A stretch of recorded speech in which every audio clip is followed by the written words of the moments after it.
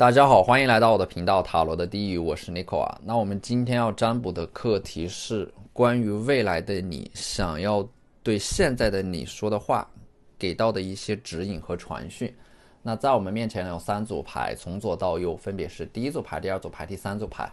大家可以根据自己的直觉选择和你们连接最紧密的一组牌。稍后的话我会做出一个解读。那么大家在选牌的过程当中，可以在弹幕上打出领取好运来领取你们的专属好运。好，那我们现在可以开始选牌了。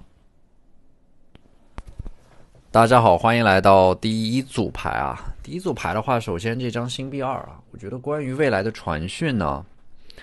可能是关于未来的你想要告诉现在的你，你们要有一个关于人生的备选方案。所以这张牌暗示着未来你们可能会阴差阳错的走上另一条道路，或者说当你们现在走的这条路发生了某种变化的时候，这个时候你们还有另一个方案可选。所以说我觉得如果说看到这张牌的话，你们现在就应该按照自己的兴趣和内心当中的想法培养自己的爱好，然后不断的去探索人生的新的可能性，走出自己的舒适圈啊。那些碎片化的爱好可能会和你们的事业或者说职业产生某种交集，擦出火花。那些看似莫名其妙的事情背后，可能都有着某种顺理成章的联系啊。所以说我觉得看到这张牌的话，一个是你们要给自己的人生开辟出一条新的道路，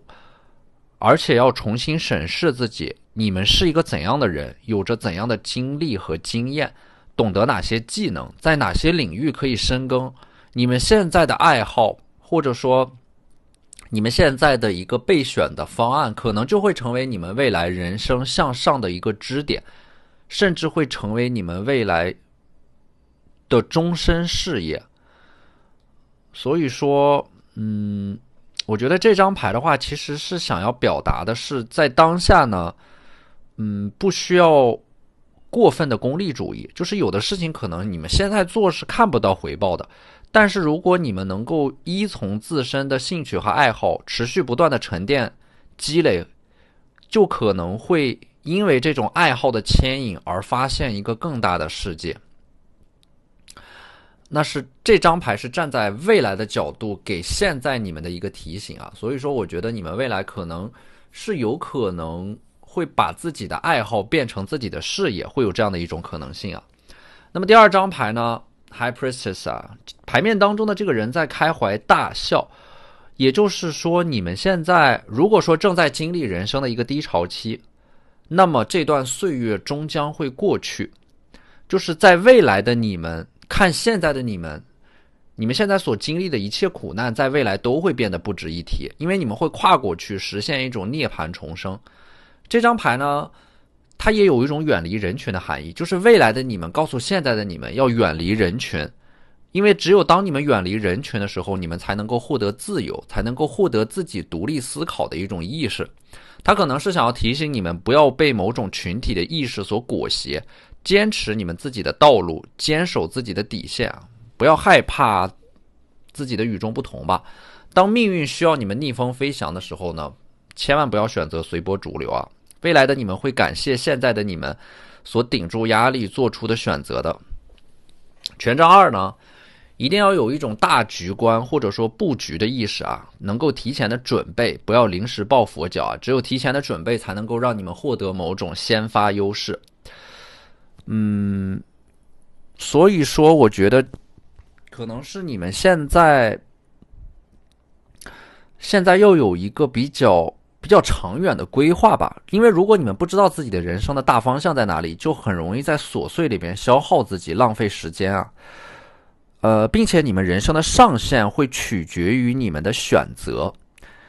也就是说选择比努力重要，而你们的选择又来自于你们在不断的努力的去提升自身的认知，跟随这个世界发展的趋势啊，要有意识的去和身边的人聊一聊，观察他们的命运和人生轨迹啊。如果你们不知道现在能够去往哪里，那么就先有意识的去收集和筛选一些信息，观察这个世界发展的趋势。当你们能够看到这个时代的大方向和大趋势的时候，它都能够帮助你们在人生的十字路口上做出正确的选择啊。所以说权杖二的话，我觉得这张牌它其实是让你们大胆一点啊，要敢于做梦，要敢于憧憬，甚至是敢于幻想。我的感觉就是未来的你们可能会远远比现在你们所憧憬的那个自己还要更好、更优秀。就是未来的生活要远超于你们能够想象的那种最高的标准，所以让你们要敢于做梦。我觉得有两种可能啊。第一种就是命运可能会在阴差阳错的安排下，未来会让你们歪打正着，拥有大量的财富和资源，可能是赶上了某种行业发展的风口和趋势，成为命运的宠儿，实现你们未曾奢望的那些理想啊。还有一种就是你们现在可能对未来的预期太过于悲观，导致那个真正的未来比你们想象的要好得多得多。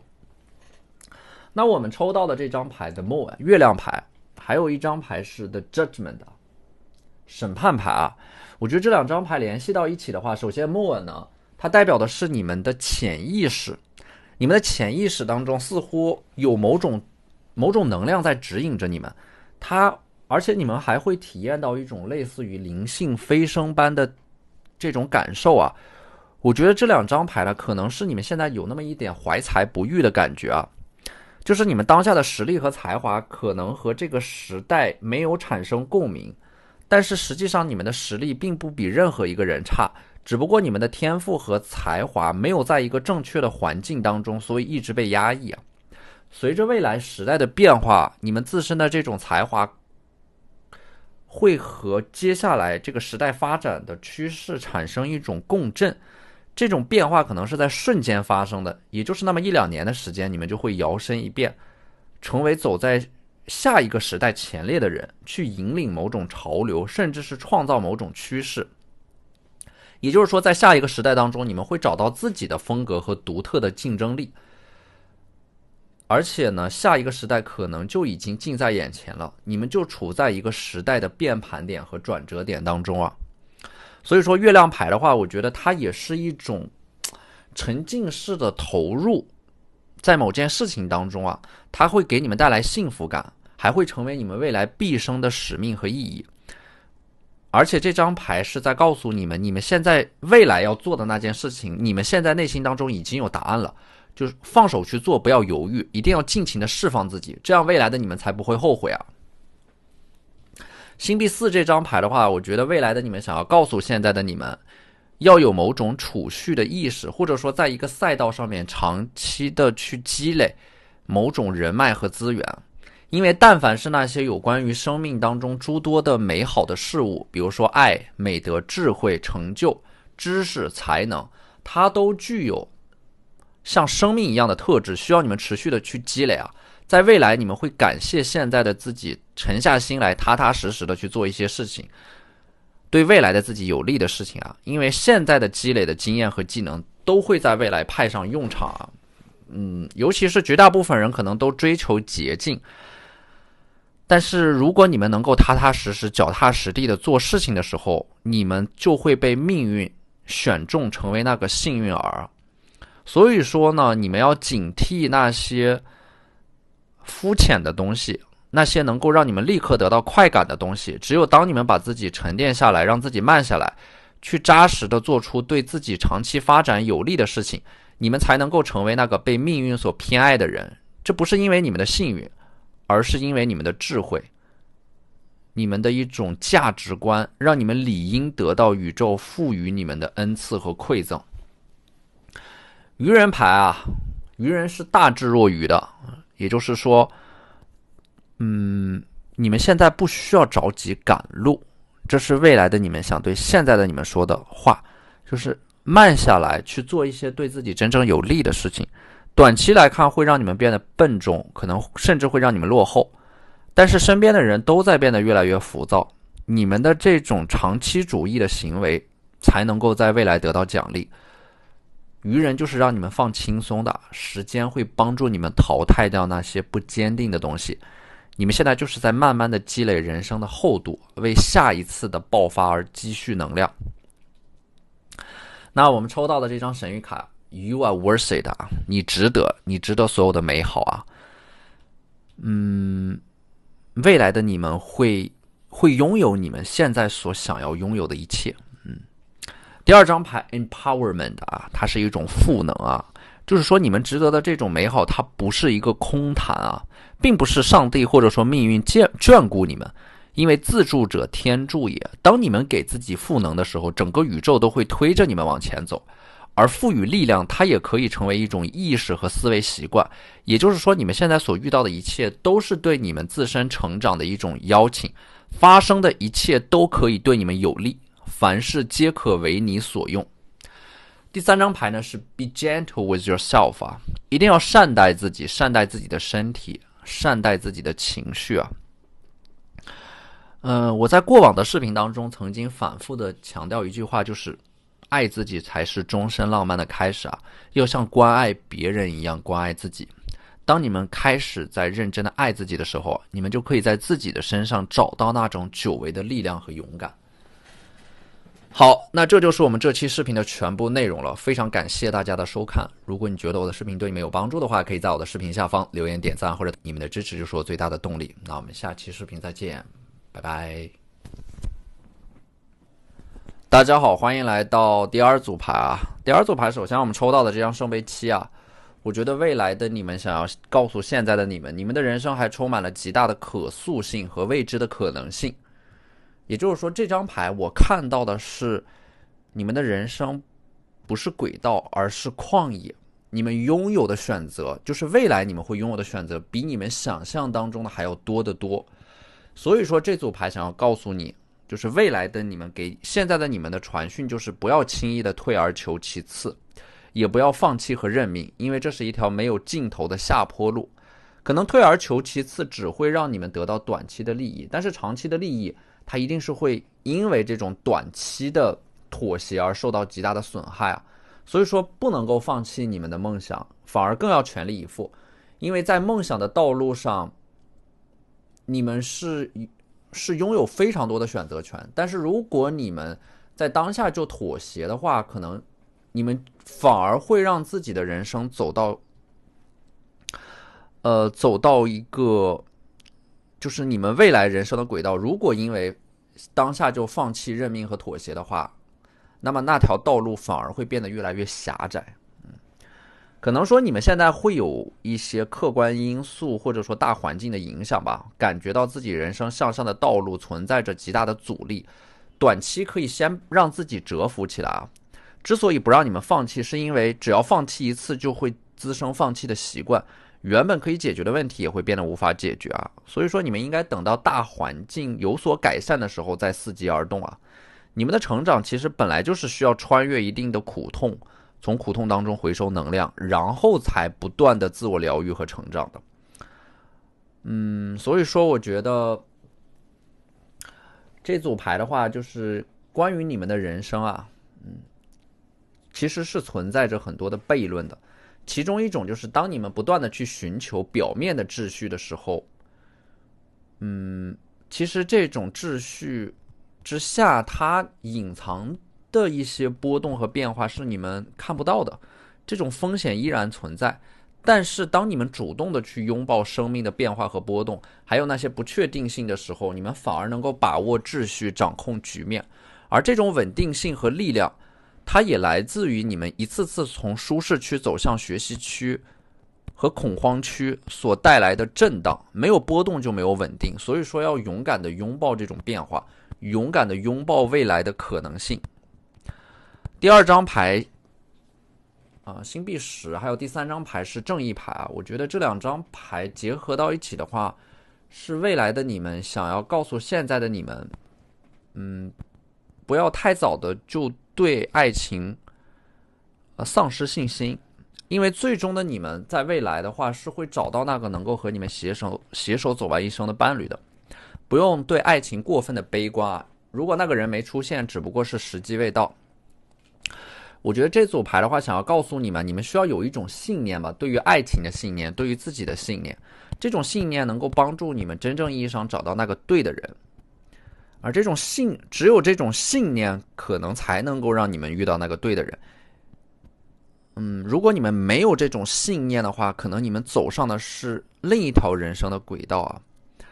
所以说这组牌的话，我觉得你们是会结婚的。可能抽到这组牌的你们，有些人会有一点抗拒婚姻，但是这组牌，我觉得最终你们还是会走入到婚姻当中啊。可能现在你们觉得婚姻是一堵围墙，但是这堵围墙最终会变成你们人生的避难所啊。所以说未来的你们想对现在的你们说，你们对于婚姻和爱情的想法和心态，在未来同样也会发生某种变化。当一个人决心获得某种幸福的时候，那么他就能够得到这种幸福啊。所以说你们的心态才是你们一生的财富。如果你们想要得到幸福，你们就需要保持内心当中的这种积极的力量，从始至终不要放弃这种信念。真正的幸福它可能也并不是一种标准，也不是什么都拥有，而是能够感恩当下已经拥有的一切，把任何事情的存在包括自己都当成是一个奇迹。它不是一种能力，而是一种心态。权杖骑士的话呢，我觉得未来的你们想对现在的你们说的话是快要熬出头了。这个可能是未来的你们翻回头来再看的时候，你们现在就处在一个人生的转折点啊。可能你们现在正处于某种黑暗当中啊，但是黑暗同时也是你们命运当中一个必须要面对的课题。日出之美就曾经脱胎换骨于黑暗，所以不要诅咒这种黑暗，要成为能够照亮它的光。你们在这种黑暗当中啊，会学习到关于黑暗的这个课题，你们才会不被随意的拿捏，不会轻易的放弃。它有一种内在的力量，当你们穿越黑暗之后，才能够有实力保护好自己爱的人，才不会被黑暗所奴役，而是会利用这种黑暗。所以说黑暗本身啊，它对你们来说也是一种历练，最终你们会成长为一个既天真又成熟，既温暖又冷漠，既疏离于人间又热爱人间，既入世又出世的这样的一种融合了所有二元对立的圆满的存在。所以说黑暗的这个课题是你们人生所必须经历的，当你们经历过以后，你们才能够变成一个更完整的灵魂。那么权杖王后和圣杯三这张牌啊，我觉得这两张牌放在一起来看的话，首先权杖王后呢，你们未来的生活其实是极其富足的。这种富足它不仅仅是物质上的富足，还有精神上的富足。不仅仅是你们想做什么就可以做什么，更重要的是你们想不做什么就可以不做什么。你们不需要讨好任何的人，你们就是自己的主人。而权杖王后这张牌，我觉得你们未来的身份也会是一个主导者，可能会成为某个行业当中的权威般的存在，或者说未来的你们会自己创业，会成为一个决策者、资源的调度者和掌控者，会拥有某种话语权。甚至呢，我从权杖王后这张牌我看到的是，未来你们有可能会能够主导和影响到其他人的命运啊。可能你们会在某个领域当中不断的发声和表达，去分享某种正确的价值观和信仰，会让你们拥有极大的影响力，和可能说还会有很多人被你们影响而改变他们自身的人生轨迹啊。而圣杯三这张牌呢，你们可以看到，就是你们未来的人生，它是很富足的一种存在啊。可能说就是不需要为了物质而发愁和焦虑。而高塔牌和权杖三这两张牌呢，未来的你们想对现在的你们说，你们的人生还会有一次剧烈的变化和动荡。但是不要害怕这种动荡啊，因为混乱和混沌当中才能够出现上升的阶梯，类似于是命运还会给你们未来的人生洗一次牌。当再次洗牌的时候，就会有一些改变命运的机会出现，可能会有某种爆炸式的事情发生，推着你们往前走。这意味的是你们的人生不会一直重复某种循规蹈矩的生活，它会在某个时间点上完成一种阴差阳错的突变，并且呢，权杖3这张牌啊，你们的人生它并非是单打独斗的，而是可能是通过某种合作、资源的整合和置换，从而改变自身的命运。要学会合作，学会沟通，学会资源的整合和互换，有意识的去认识新的朋友，通过这种人际关系的流动，带来人生的新的可能性和机会。而我们抽到的这张牌啊 ，intuition 啊，直觉。第2张牌是 be spontaneous。发自内心的热情啊，就是说你们一定要找到那个能够让你们拥有一种自发的热情，没有任何利益主导，你们依然愿意去做的事情。就是当你们不抱有任何的目的去做一件事情的过程当中，并且还能坚持下去的时候，那这件事情它就会成为你们未来毕生的使命。所以说这组牌的话，我觉得你们一定要爱着一点什么，它会让你们变得宽容、坚韧且充满乐观，去寻找那件你们真正热爱的事情吧。热爱不需要任何目的啊，热爱本身就是一种目的。一旦当你们找到了那件事情，你们就会从中得到巨大的乐趣。那么第3张牌呢是 laughter， 欢笑啊，我觉得未来的你们想要对现在的你们说，要保持一种乐观的心态，要找到那些能够让你们感到开心的人和事。保持一种愉悦的心态。你们要问一下自己啊，自己已经多久没有开怀大笑过了？所以说要学会取悦自己，寻找那些当下的快乐，并不是说你们到达了某种梦想之后，你们才能够。就是不是说你们实现了某种理想之后，你们才能够变得快乐。此时此刻，你们就可以让自己快乐起来，去关注那些身边值得让你们开心的人和事。当你们的世界变小的时候，你们的快乐就会变大。所以说，不要关注太遥远的未来，就关注当下的人和事，能够让你们立刻感到快乐的人和事。此时此刻就可以幸福啊。而当你们主动寻找这些快乐的瞬间的时候，它在未来会变成你们非常温暖的回忆。那些主动被你们浪费的时间，但是你们却乐在其中，而这些时光会镌刻在你们的生命里，同样也会让你们的人生变得非常的有意义。好，那这就是我们这期视频的全部内容了，非常感谢大家的收看。如果你觉得我的视频对你们有帮助的话，可以在我的视频下方留言点赞，或者你们的支持就是我最大的动力。那我们下期视频再见，拜拜。大家好，欢迎来到第3组牌啊。那么第3组牌的话，首先这张圣杯8，我觉得未来的你给现在的你的传讯是，可能你们要做好放下一切的准备，或者说要有一种随时能够重新开始的勇气和魄力。在未来的话，你们自我进化的速度可能会远超你们的想象，所以说你们需要不断的实时的更新自己。从这张牌我的感觉就是你们的人生是一个不断往高处走去的过程，不断的产生一种向上的力量。可能绝大部分人都会变得越来越迟钝，在自己的领域固步自封，沉浸在过去的辉煌当中原地踏步。但是你们是在不断的更新自己的，不断的吸取新的东西，主动的选择新的道路，主动的更新自己，让自己始终可以产生新的变化和样貌。这样你们的人生就永远有主导权和选择权。所以这张牌我看到的是，你们要接受自己的人生就是在不断的产生变化的，会不断的从一个地方辗转到另一个地方，或者说从一种身份变换到另一种身份上，而且整个人是在越走越高的。你们会让自己变得越来越稀缺，越来越有价值，越来越有竞争力，它是这样的一个趋势。所以说权杖6的逆位的话，我觉得第2个传讯呢是来自于你们在收获到辉煌和成功之前啊，你们的人生是必然要经历一些坎坷和阻力的。这个环节类似于成大事者必先苦其心志，劳其筋骨，饿其体肤。所以说权杖6它是一个逆位啊，就是你们可能会在人生的某个关口反复的徘徊，不断的体验，然后才能够拥有一种冲破这种阻力的力量。权杖六的逆位的话，我觉得你们的人生它是有着巨大的戏剧性的，在体验到辉煌之前，可能要经历一次失败，然后才能够彻底的觉醒，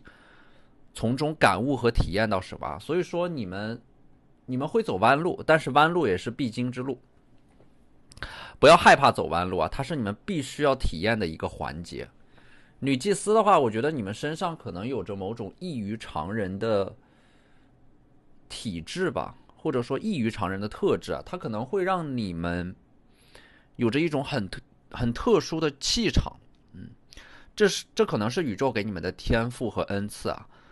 你们在某个领域当中会和你们自身的这种特质形成一种共振，